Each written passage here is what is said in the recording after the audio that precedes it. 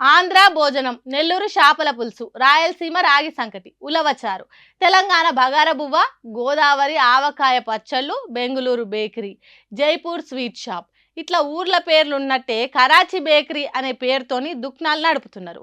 అయితే అసొంటి పేర్లు మన దేశంలో ఉండొద్దట. అందుకే ఏం చేస్తున్నారో చూడుండ్రి.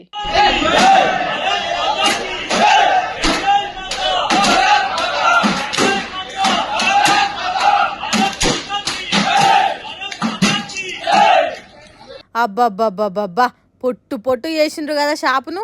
ఆగమాగం అక్కరకు రాకుంటే చేసిండ్రు. కరాచీ పేరు కనబడితే కళ్ళు ఎర్రగైతున్నాయి అటీలకు. అందుకే కాషాయం కండువాళ్ళు మెడలు వేసుకొని కట్టెలతోని పొట్టు పొట్టు కొట్టిండ్రు కరాచీ షాప్ బోర్డును. దుకాణం పేరు కరాచీ కాకుండా ఇంకేదన్నా పెట్టి వ్యాపారం చేసుకోండ్రి, లేకుంటే వ్యాపారమైన బంద్ పెట్టుండ్రి, లేకుంటే గిట్లనే అవుతుంది అన్నట్టు చేసిండ్రు బజరంగ్ దళ్ కార్యకర్తలు. మరి అంతగానో ఆ పేరుతోని వాళ్ళకు వచ్చిన నష్టం ఏంటిది, ఎందుకు ఇట్లా చేస్తున్నారంటే కరాచీ అనేది పాకిస్తాన్ దేశంలో ఉన్న పట్నం పేరట. దాని పేరుతోని ఇక్కడ మీరు బేకరీలు నడుపుడైంది, చల్ తీసేయండి రెండు తెలుగు రాష్ట్రాలల్లో ఇట్లనే వేస్తున్నారట. మరి అంతే కదా, పాకిస్తాన్ దేశపోడు ఇక్కడ షాప్ పెట్టుడైంది, ఇక్కడి లాభాలు అక్కడికి పంపుడైంది, ఆ దేశం పేరు పెట్టుకొని వాళ్ళు బతుకుడైంది అనే కదా మీరు అనుకునేది. కానీ ఆ బేకరీ పెట్టిన వాళ్ళు మనోలే, అంతేకాదు వాళ్ళు హిందువులే. అప్పుడెప్పుడో దేశానికి స్వాతంత్రం వచ్చినప్పుడు కరాచీ నుంచి వచ్చిండ్రట. పాకిస్తాన్ దేశంలో మతాల కొట్లాటలు ఉంటాయి, వాళ్లకు మతం నెత్తికెక్కింది కాబట్టి ఇక్కడ బతకలేమని భారతదేశానికి వలస వచ్చిండ్రట. కరాచీ నుంచి వచ్చిండ్రు కాబట్టి అక్కడ పుట్టి పెరిగిన ప్రేమ కొద్దీ కరాచీ పేరుతోని బేకరీ నడుపుతున్నారట.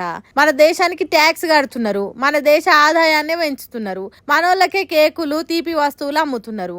ఒక్క పేరు మాత్రమే వేరు. ఆగో అదే మన దేశానికి పెద్ద శత్రువు అన్నట్టు, ఆ పేరు వల్లనే దేశానికి ఎనలేని నష్టం జరుగుతున్నది అన్నట్టు కరాచీ బేకరీ చేయబట్టే ఉగ్రవాదులు దేశంలోకి సొరబడ్డట్టు, కరాచీ అనే పేరు వల్లనే మన దేశం ప్రపంచంలో నంబర్ 1 అయితలేదు అన్నట్టు చేసిండ్రు. ఇక దీన్ని చూసిన వాళ్ళు ఉత్త పేర్లేమున్నది, వాళ్ళకేదో సెంటిమెంట్ ఉన్నది కావచ్చు, దానికి ఆస్తులకు నష్టం చేసుడు కరెక్ట్ కాదు. ఇదేం దేశభక్తిరా దేవుడా అని అంటున్నారు. కరాచీ బేకరీ ఓనర్లు మాత్రం మమ్మల్ని ఆదుకోండ్రి, మా బతుకు తెరువును కాపాడుండ్రి అని సర్కార్ను కోరుతున్నారు. మరి ఈ కరాచీ బేకరీ లొల్లులు ఎంత దూరం పోతాయి? సర్కార్ బజరంగ్ దళ్ కార్యకర్తలను అడ్డుకుంటదా, కరాచీ బేకరీలను ఆదుకుంటదా అనేది చూడాలిగా.